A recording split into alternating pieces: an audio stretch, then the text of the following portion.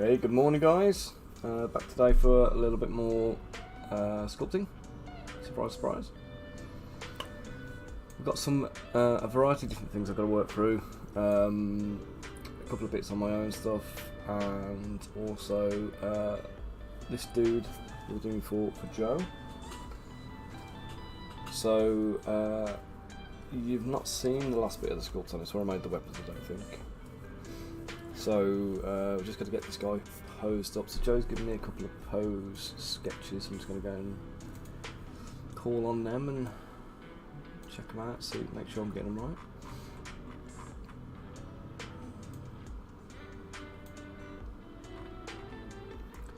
So after I've done a few troopers, we're going to be looking at getting the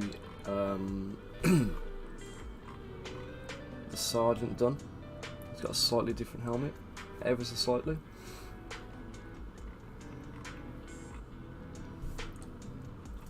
And then we've got a crank gun to make, which is like a big Gatling gun type thing. Morning Ross, how we doing, mate? I was just watching your video actually about the M5S.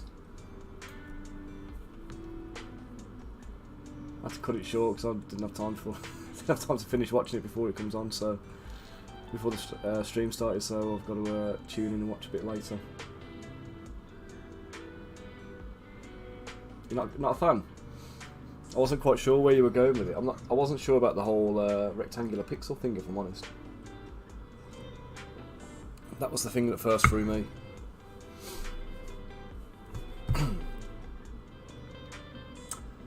Yeah, that's still my. That's still the one I'm looking to be eyeballing as my production printer, I think.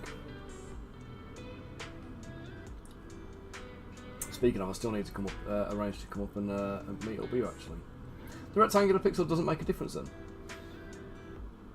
I kind of thought everything was going to be skewed a little bit, like the.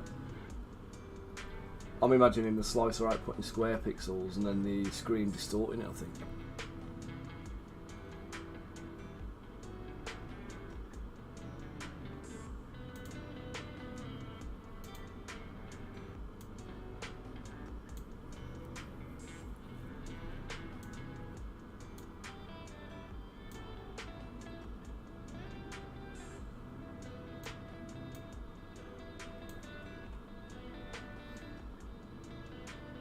But is it slicing rectangular pixels, or is it slicing square and then stretching? Because that'd be my concern. Is the accuracy is going to be out, isn't it? I know you won't see it, but it'll be like the fit on things is going to be slightly affected. Morning, Bunker. How you doing today, matey?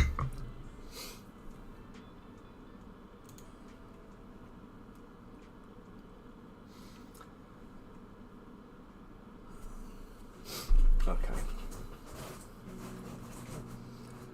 let's get stuck in then. So I need to group the weapon and that one, and then we need to get onto I need the ruler and scene.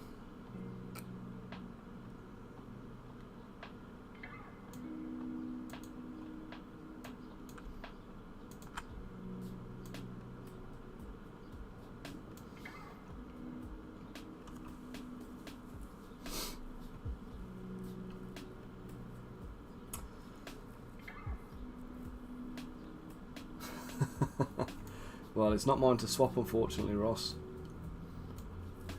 But I can put you in charge, in contact with the guy whose it is.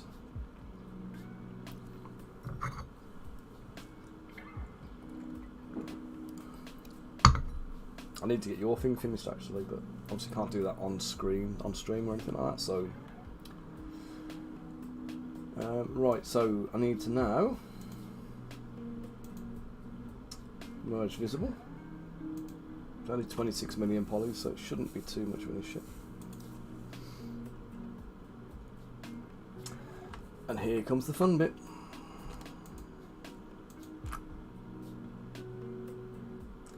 So what I need to do now is I need to isolate all the different parts. So the first thing I'm going to have to isolate is like the shoulder pads with all the rivets and all the pipes and everything else. I need to isolate the backpack, I need to isolate the head, I need to isolate the various components of the legs that aren't going to move. So this part of the leg with the whole leg armour, knee pad needs to be isolated.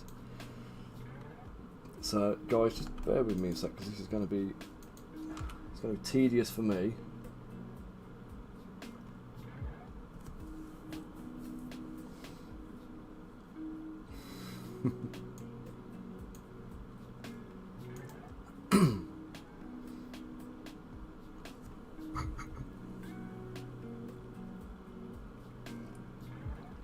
Yeah, speak to me afterwards, Ross.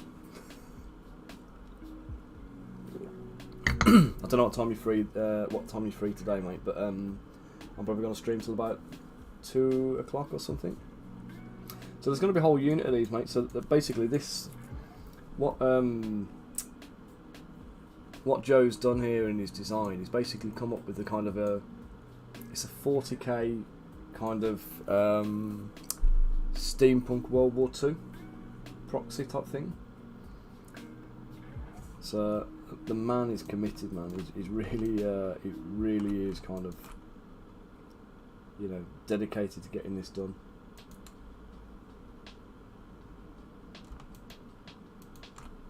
And I want to make sure more of it. I want to make sure I deliver, you know, perfection for him on this. Let's take that off because that's in the way at the moment. I just want to hide the guns and the weapons. Okay, so I'm going to go through. I'm going to group stuff together. So we're going to take the that's all right. It's mirrored, so I can do twice as much in half the time.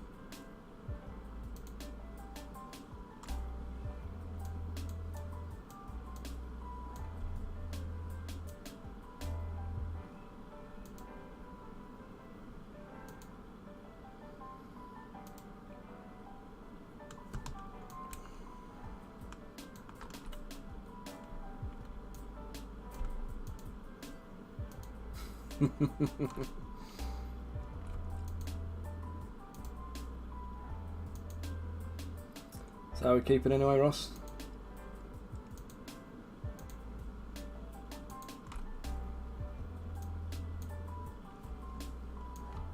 You busy man? Guys, if anybody in the chat or anybody who hasn't seen this was watching it back a bit later, got Mr. Ross from Fohammer. I was going to dump your surname then, and I thought, oh, no, better not. Don't want you getting spammed on Facebook with ads. Got Ross from Fohammer in the chat here. Almost out of printers to review, mate. God, don't say that out too loud, or they're going to be knocking your door with more, which I suppose is what you want anyway. But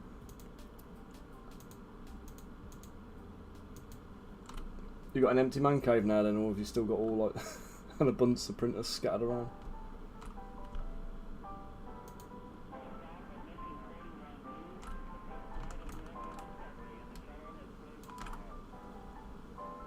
Ah, thank you, Bunker. You legend, mate.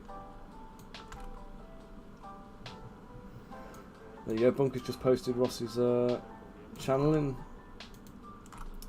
the chat.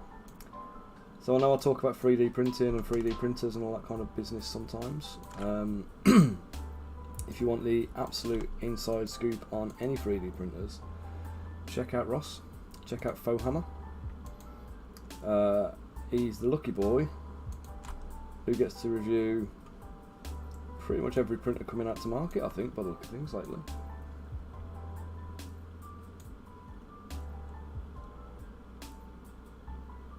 Ah, no, it's alright, mate. Don't worry about that. So if you're on YouTube, just search for Fohammer, F-A-U-X, hammer, as in the tool. Just search for that on YouTube, and you'll find Ross's lovely channel.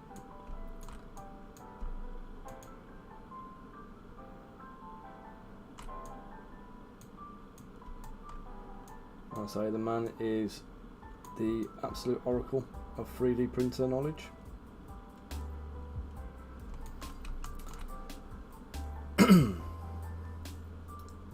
just mask all of that now. That's all the same colour. We're going to do the backpack next. So this is going to be a bit easier because I can just do that.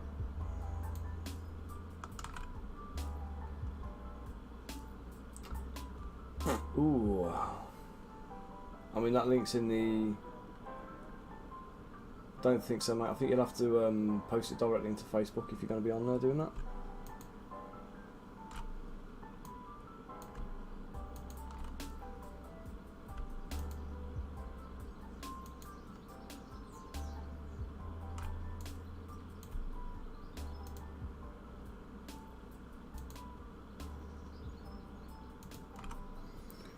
And I say, guys, this is a boring and tedious process for me. So hopefully you can just enjoy the chill lo-fi vibes.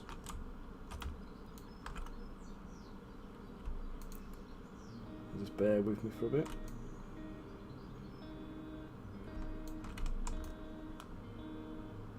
Don't think I've told Joe I'm doing this today, so he may appear in the chat. Not as boring as donuts. Dude, I'd take a donut over this any day. Although not right now. I've had to start my day with bacon and egg sarnie already, so I haven't quite got room for donuts right now. I say had to.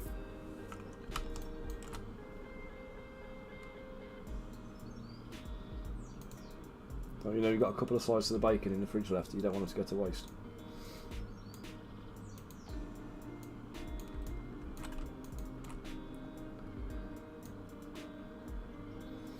Okay, so shoulder pads are isolated.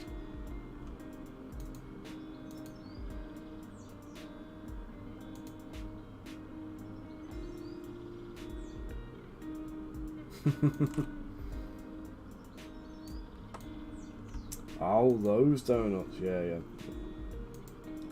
I don't know, they're kind of on par. At least you see progress. You see stuff like being created when you're doing chainmail donuts. Sorry, link mail donuts. Hey, how you doing?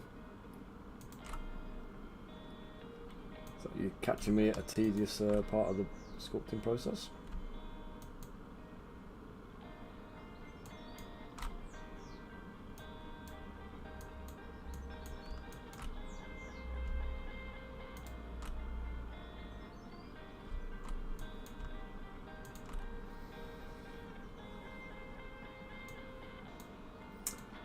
Exactly the same way as I do everything else, with lots of polishing and I'm literally still using the exact same tool. No, it's all Zbrush. It's all done in the exact same way as you see me do everything else on stream. So yeah, just not even poly modeling it. I'm literally sculpting everything. So. They're all recorded actually. If you look on my YouTube channel for the Goliath trooper, I really under budgeted for the time on it though. So this is a commission piece for a lovely guy called Joe, and he's absolutely killing me with this sculpt because it's the time demand on it has been crazy. Not in terms of what Joe's asking, but like I budgeted like my normal timings for these models, plus a little bit for the extra hard surface stuff. And instead of being able to do it in like the 4 streams I'd originally planned, I think I'm up to about 6 on it already. So yeah, it's been hard going.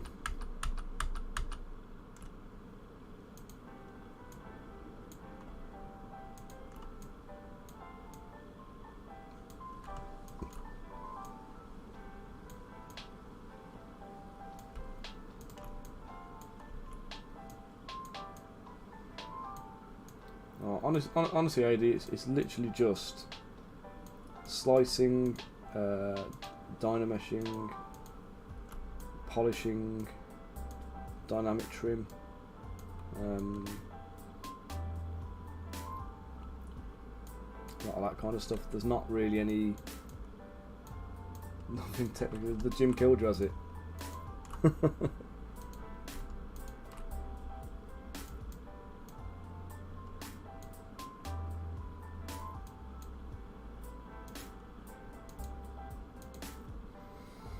So upper legs. And this here, you can see it's layers and rivets and all that stuff, man.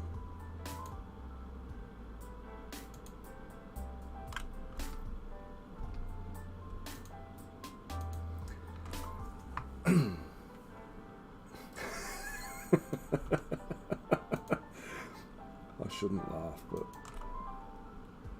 God, I remember that I went to the gym with one of my mates the once, and he wasn't used to like working out, and he ended up like throwing up at the end of the gym session. It wasn't even a hard gym session really, but he was so unused to exercise. He ended up sitting in the car park puking.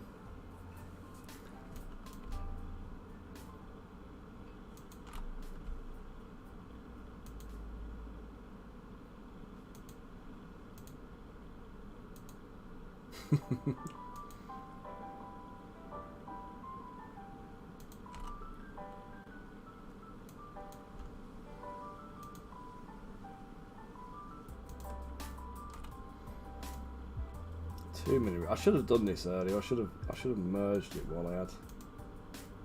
Oh, I'm an idiot. I should have merged it all while I had them on contained, shouldn't I? Turds.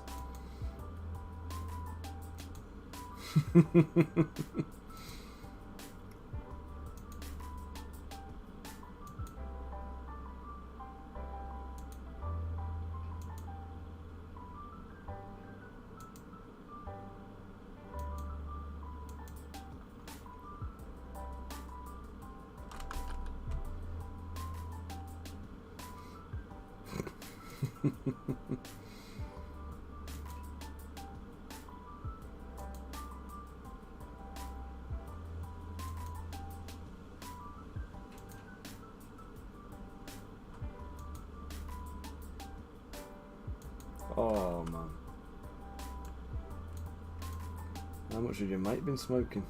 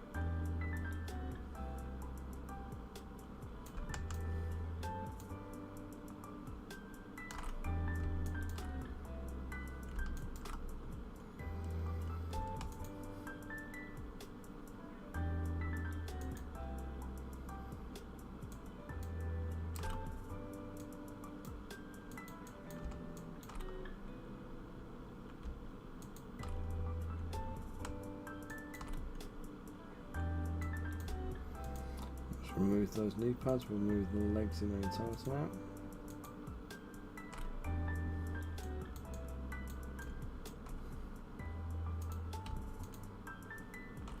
So what I'm going to do is, once I've done all of this, I'm going to dynamesh it in groups so that all of the parts I'm merging together right now will stay in there.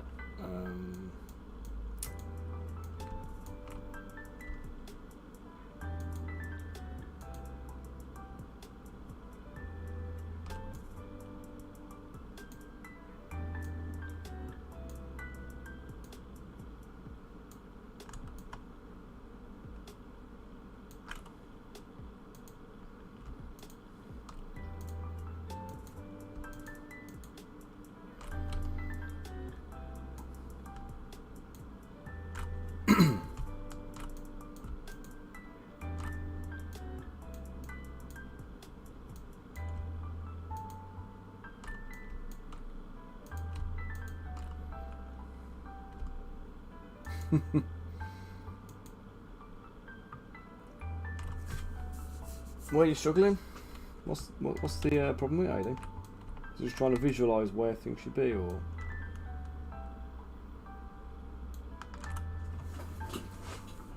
I'll give you a little tip for you. Dynamesh with polish on.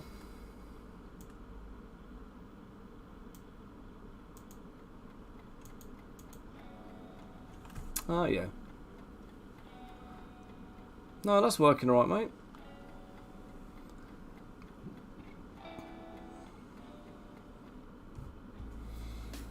What I often do is I'll dynamesh with I'll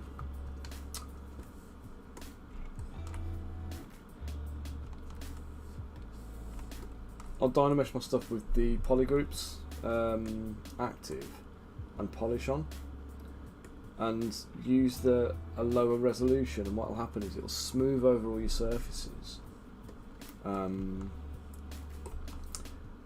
Also use the H polish tool to emphasize your planes. So like where you go from the bridge of the nose, flatten the bridge of the nose off, sharpen up the sides of the nose, and the bottom of the nose, so flatten it all out.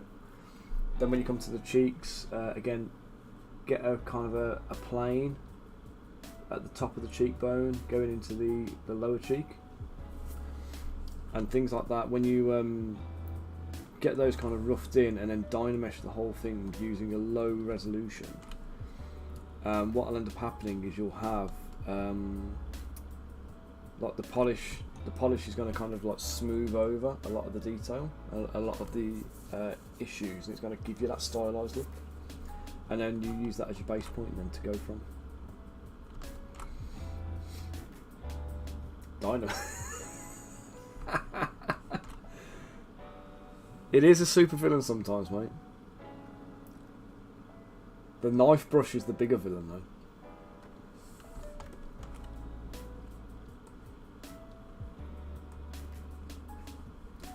Dynamesh and all bricks.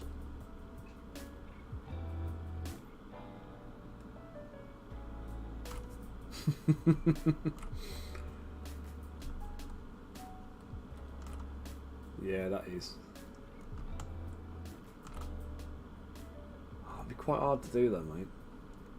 And no one want to get it. No one want to get the joke apart from other Zbrush sculptors, and I don't think they're going to go and buy the models.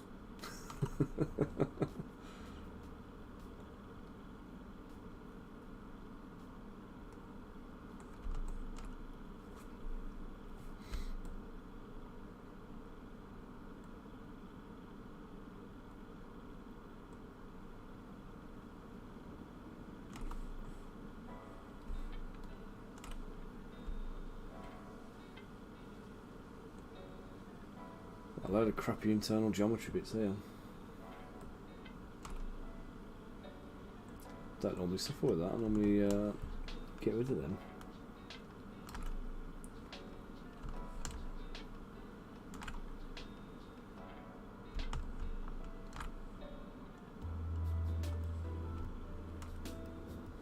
What is that from? Oh, there we go.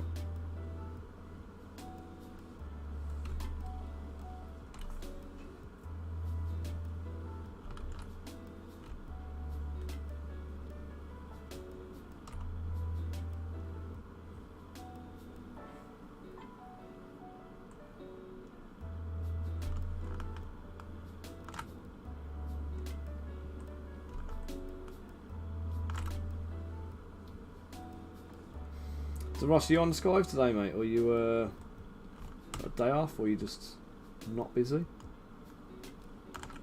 Or do you just miss me and want to come and hear my voice and see my work? I mean, the latter's a given, obviously.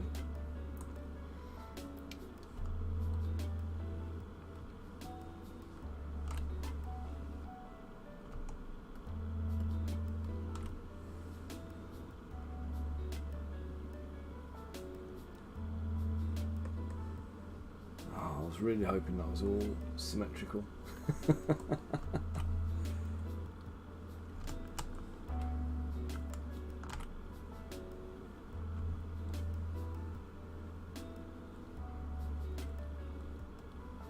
I missed you too, Ross.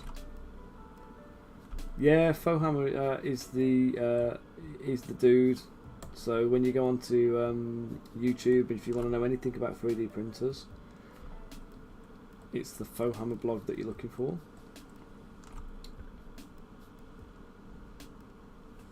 So what Ross doesn't now know about 3D printers is not worth knowing about. And if you want advice on buying a printer and you want to know which ones are good and which ones are bad, Ross is the dude that gets to review all the printers, test them all, and additionally, nicely, he's very impartial. He's not sponsored by anybody for it, so he just goes and tells you as it is. And I think even when they do sponsor him for a video, he still tells you the absolute guts honest truth about everything. So I think Halo, the Halo Mage, was it? Something like that, is your latest victim, Ross?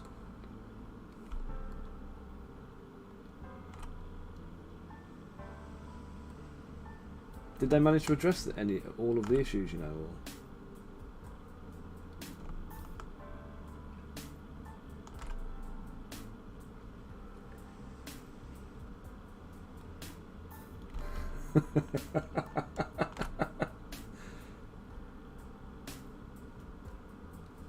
That's the worst printer ever.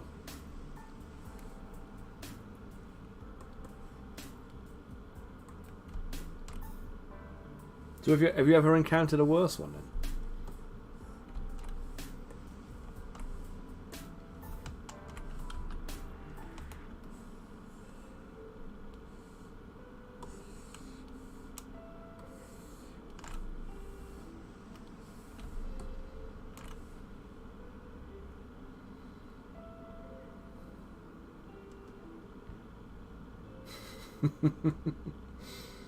They send you replacement parts, but you don't want to use it again.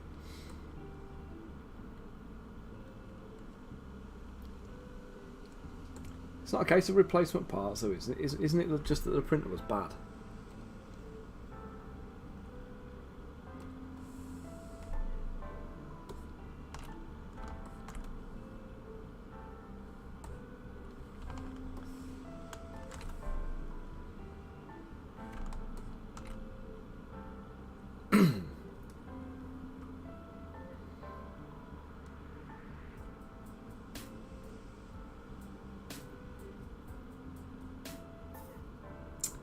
Fair play. Oh yeah, AD's waiting on the Saturn 3 at the moment.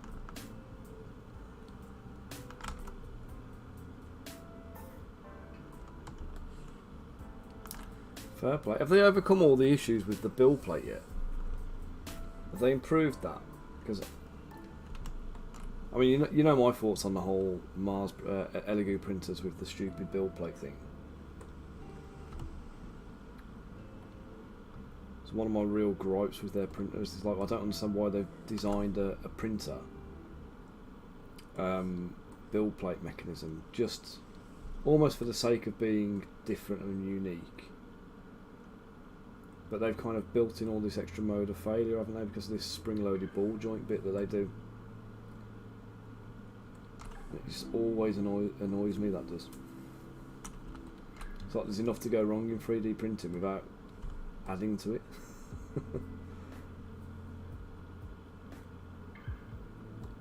Oh right, so they've gone back to the like an angle bracket kind of design, a more fixed thing.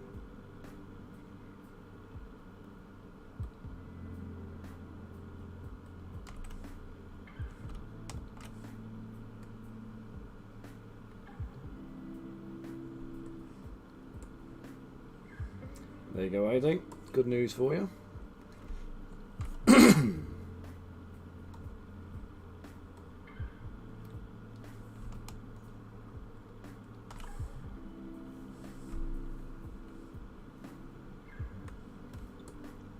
How much difference are you talking in the Ultra one then?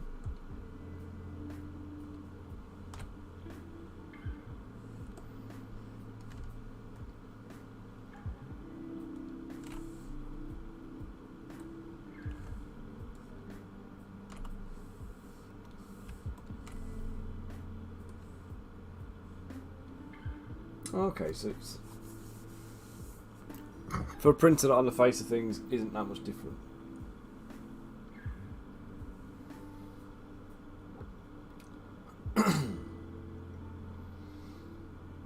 Oh, so do you know what? I actually think I would pay the extra £100 to not have the ball joint.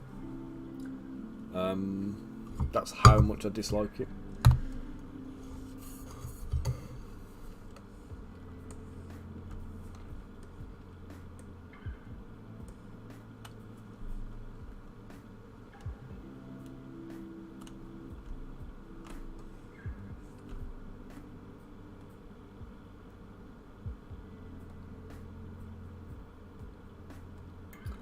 Yeah, they're definitely trying to take over the hobby market, aren't they, with their kind of like price points and stuff.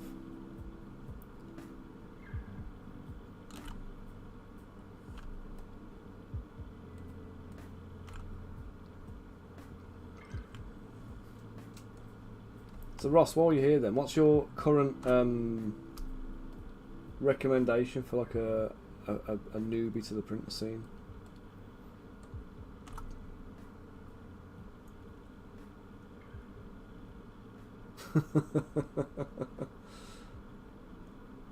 GK2. So somebody coming in new, like never having printed before, you still recommend the GK2?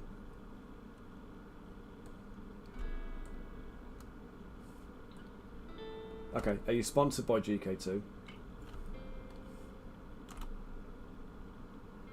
Sell a kidney and buy one. So yeah, he's not sponsored and he's still recommending the GK2. Now, I have to say, I've watched Ross's videos on the GK2, and it is a printer that kind of gets me excited for printers. So they have the internal like chamber heaters, which obviously living in the UK here, when we've got really unpredictable weather and stuff like that can adversely affect the printers or the prints. Having the internal heater is a fantastic option, so hopefully more printers start adopting that as a standard these days. But also the GK2's got all these like little click-in build plate things, hasn't it? It's like the build plate slides and clicks in, the tray slides in and clicks in. The user interface was, I think, one of the best you've seen, wasn't it, Ross?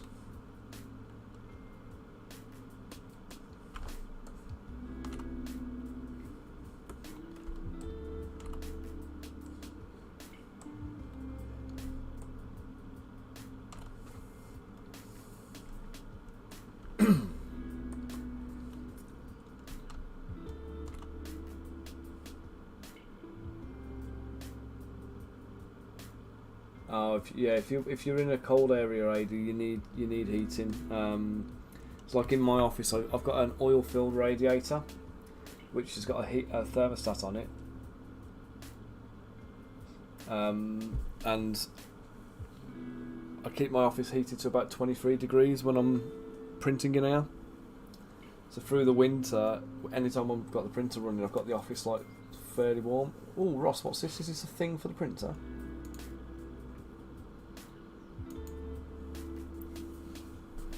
Is this something I haven't seen that I should be buying?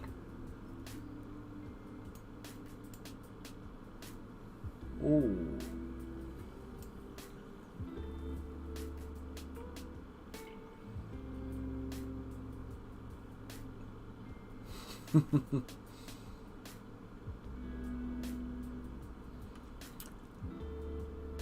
Now that is appealing.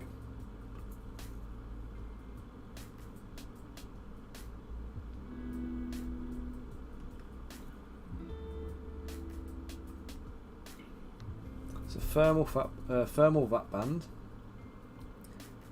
energy efficient, low voltage, temperature regulated, IPA proof, resin proof, FEP safe. Very nice, very nice, very nice. How much? How much? How much?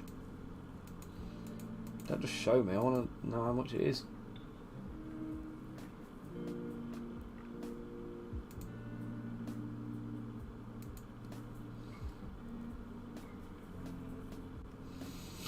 Is that it?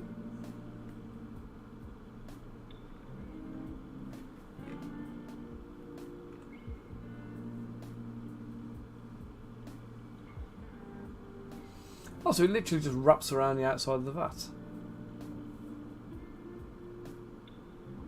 $20. And then you need the power adapter and the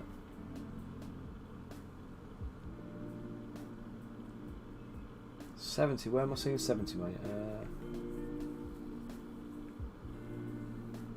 Oh, the kit here, the kit with the power adapter. Sorry.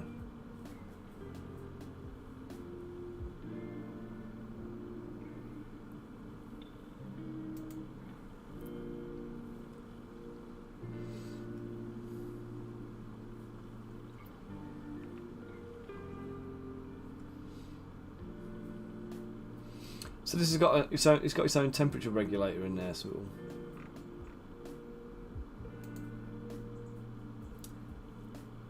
There you go. $73.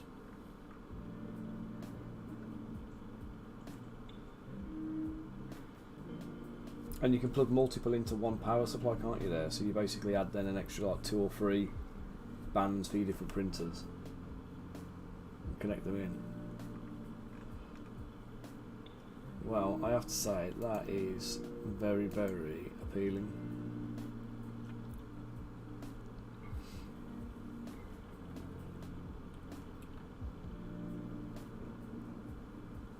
Thanks for sharing that one, Ross. Didn't even know about that one. Yeah, internal people have been struggling with that, and they've been talking about like using lizard mats and things for years, haven't they? Trying to like heat their print chambers. But don't forget, it's not just the chamber; it's got to be heated. It's the actual resin itself. So having a heated chamber means that you're not going to have to keep. Sorry, you're going to be able to keep printing. Right, hang on a sec. I need to. So I'm trying to talk, and I'm trying to figure something out here as well, because I've got an obstruction with. There we go.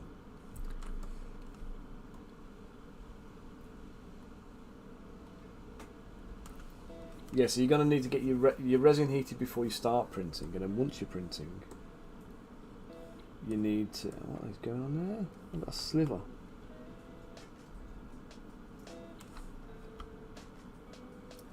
Yeah, get your resin heated before you start printing, and then maintain the ambient temperature throughout the print to make sure that your prints don't fail because of the temperature drop. So it's all fun and games.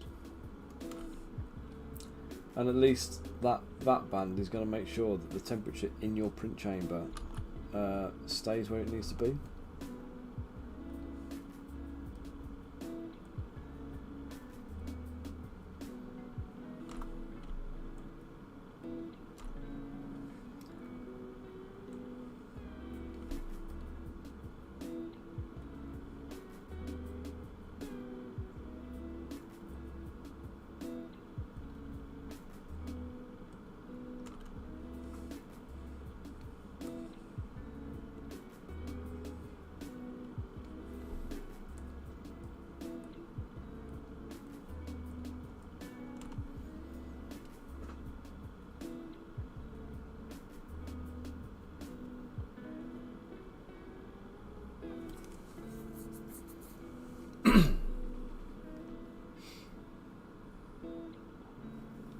Now, resin printing's fine. You just have to, as long as you get the you remember your stuff at the beginning.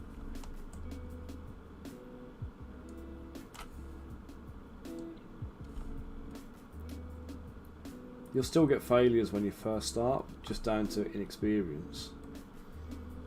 The key thing I would say, and I don't know if you would agree with this, Ross, when you're learning to print, when you're first doing your prints, and I said this to you, AD, before, but like when you've got a 10-inch build plate, don't fill a 10-inch build plate for your first prints, because your fails are going to cost you a lot of money, or consume a lot of resin.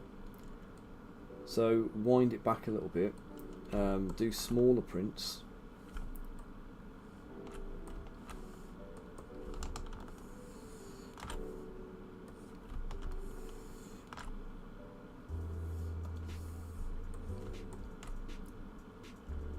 And that way when they do fail, because they will, it's not the end of the world, and you've not wasted tons and tons. Right guys, I've just got Hayley giving me a call. Let me just put you on mute a second.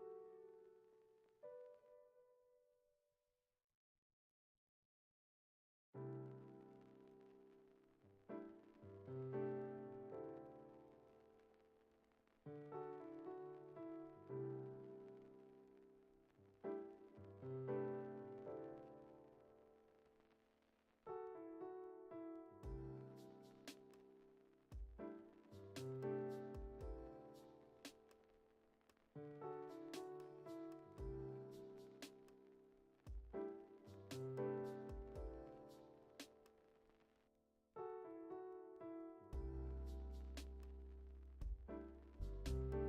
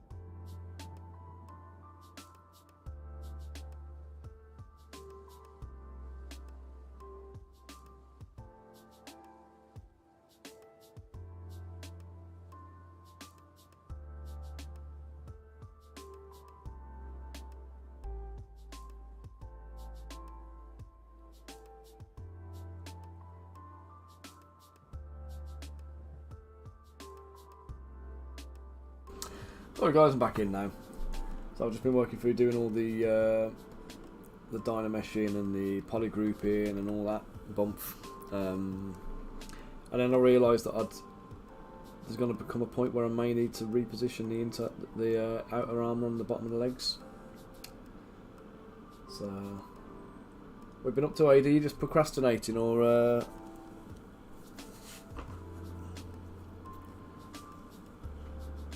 have you done stuff that's not what you needed to be doing, or?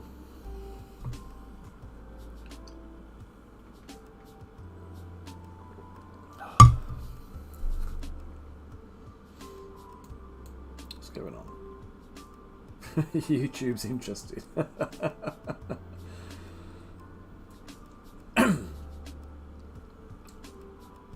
Oh, son of. Here we go. Let me give you a little bit of advice that I tell my kids all the time. So anytime you see anything on the internet, you've always got to remember that you're never going to be seeing a balanced viewpoint. The internet is an echo chamber. So the way the internet algorithms work is they tailor what you see to you based upon the things that you engage with. So if you find somebody who's got a very extreme viewpoint, like my niece for example, who is very, very, very anti-animal cruelty,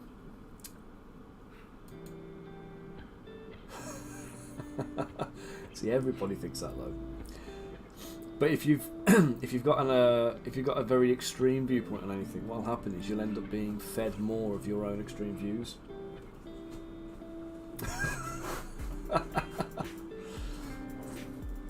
It is a rabbit hole, mate. It is. So yeah, so what you need to do is, before you form opinions on things and before you start deciding that you believe X, Y, and Z, oh, you arsehole.